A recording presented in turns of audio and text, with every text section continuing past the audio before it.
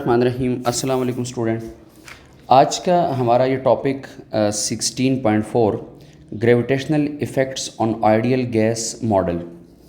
Student, अगर आप को पिछला लेक्चर याद हो, पिछले लेक्चर को आपने ऑब्ज़र्व किया हो, उसमें हमने आइडियल गैस मॉडल को एक्सप्लेन किया हुआ है। उसे पिछले टॉपिक में मींस 16.3 वाले टॉपिक में हमने आइडियल गैस मॉडल को एक्सप्लेन किया है। ये जो हमारे पास आइडियल गैस मॉडल है, आइडियल गैस मॉडल, जिसको अगर हम मैथमेटिकली देखेंगे तो हमारे पास आइडियल गैस लॉ भी कह देते हैं उसको हम मैथमेटिकली, आइडियल गैस लॉ। ठीक है, ये जो P V is equal to N R T है, ideal gas law P V is equal to N R T. इसको अगर हम स्मॉल स्केल पे देखेंगे और लार्ज स्केल पे देखेंगे तो इसका बिहेवियर डिफरेंट हो सकता है। यानी हम ग्रेविटेशनल इफ़ेक्ट जो है, जो ग्रेविटी है, वो इस मॉडल में हम देखते हैं कि उसका क्या रोल हो सकता है। अगर आप लेबॉर्ट्री के लेवल पे देखेंगे, एट लेबॉर्ट्री लेवल, इस लॉ को, इस मॉडल को अगर आप लेबॉर्ट्री के मॉडल पे देखते हैं, लेबॉर्ट्री के स्केल पे देखेंगे, तो हम ये कहते हैं कि gravity is much weaker, gravity is much weaker, gravity की वैल्यू बहुत लो होगी as compare to other factors, as compare to other factors. Gas से रिलेटेड हम बात कर रहे हैं कि gravity is very weaker as compare to other factor such as, जिस तरह हम कह देते हैं जी, kinetic energy of gas molecule and pressure of gas molecule. क्योंकि बाज़ दफ़ा प्रेशर बहुत हाई होता है और काइनेटिक एनर्जी बहुत हाई होती है, तो हम ग्रेविटी को ये कह देते हैं कि वहाँ पर बाकी फैक्टर्स के मुकाबले में ग्रेविटी जो है वो वीक होती है। तो एक तो ये लेबॉर्ट्री स्केल की पर एक बात है कि लेबॉर्ट्री स्केल की पर gravity is much weaker as compare to other factor, जिस तरह हमारे पास kinetic energy of gas molecule या प्रेशर ऑफ गैस मॉलिक्यूल है। तो इस वजह से हमारे पास ये सेंस हम डेवलप कर लेते हैं, हमारे पास एक चीज़ आ जाती है कि इट मेक ईजी या it make senses to ignore gravity, कि गैस मॉलिक्यूल के लिए हम ग्रेविटी को इग्नोर कर देते हैं, to ignore gravity for ideal gas.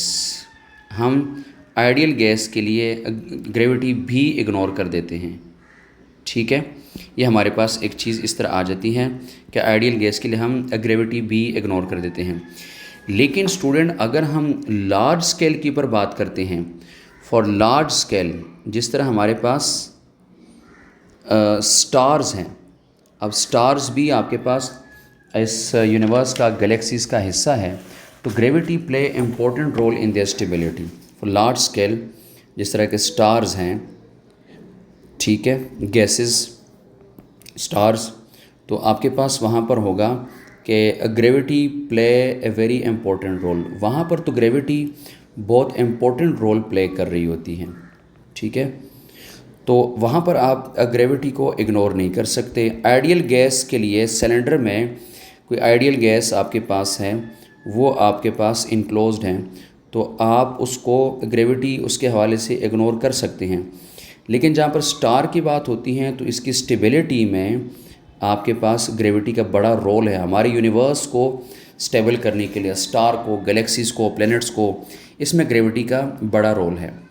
तो फिर हमें एक बड़ा कम्प्लेक्स मॉडल रिक्वायर्ड है कि we required a very complex model. फिर आइडियल गैस मॉडल से काम नहीं चलेगा स्टार्स के हवाले से। We required a very complex model, क्योंकि हम फिर आइडियल गैस लॉ को स्टार के अंदर जो गैसेस हैं या बाकी जो हमारी यूनिवर्स में गैसेस हैं, वहाँ पर हम उसको अप्लाई नहीं कर सकते। हमें फिर कम्प्लेक्स मॉडल चाहिए और उस कम्प्लेक्स मॉडल की बिहाफ पे ही हम स्टार का या बाकी गैलेक्सीज़ के गैशियस फॉर्मेट को एक्सप्लेन करेंगे। अब उसमें ये होता है कि जो हमारे पास कोर है स्टार्स के, फॉर एग्ज़ाम्पल हमारे पास ये एक स्टार है, ठीक है।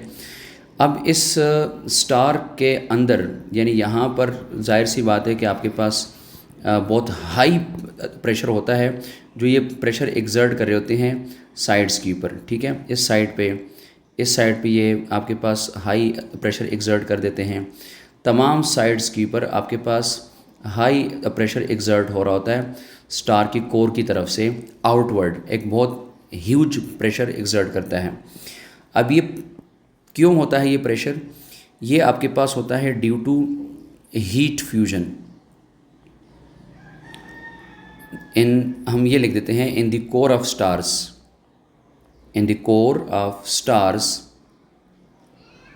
In the core of stars heat produced by fusion, heat produced by fusion, fusion process से हीट प्रोड्यूस होती है, रेडिएशन आती हैं, और आपके पास प्रेशर है इसके अंदर, प्रेशर एंड डीजेनरेसी प्रेशर। अब डीजेनरेसी प्रेशर जो है वो हम उसको देखेंगे कि उसका क्या हमारे पास यहाँ काम है या वो क्या प्रेशर है। बाय क्वांटम इफ़ेक्ट ये स्टार के अंदर फिनोमेना चल रहा होता है, ठीक है। By quantum effect generate net outward pressure, ये सारे मिला के एक नेट आउटवर्ड प्रेशर को जनरेट कर रहे होते हैं, जनरेट नेट आउटवर्ड प्रेशर। अब स्टार के अंदर फ्यूजन है, स्टार के अंदर रेडिएशन है, स्टार के अंदर हाई प्रेशर है, ये सारे मिलके नेट आउटवर्ड जो है वो प्रेशर डेवलप कर देते हैं। नेट आउटवर्ड प्रेशर जो है ये क्रिएट कर देते हैं, और ये काउंटर बैलेंस करता है ग्रेविटी को। ये बात इम्पोर्टेंट है कि जो प्रेशर आपके पास जनरेट हुआ ये काउंटर बैलेंस करता है ग्रेविटी को। तो ग्रेविटी की वजह से ये काउंटर बैलेंस है, तो यहाँ पर ग्रेविटी का बड़ा मेन रोल है। और इस सिचुएशन को कि जब स्टार के अंदर बहुत हाई प्रेशर जो आपके पास आ जाता है, नेट आउटवर्ड प्रेशर आ जाते हैं, ये काउंटर बैलेंस बाय ग्रेविटी हो जाता है। इस सिचुएशन को स्टूडेंट हम नाम दे रहे हैं स्टेट, एक हालत बनती है एक स्टेट नोन एज, इसको हम कहते हैं हाइड्रोस्टैटिक प्रेशर, हाइड्रोस्टैटिक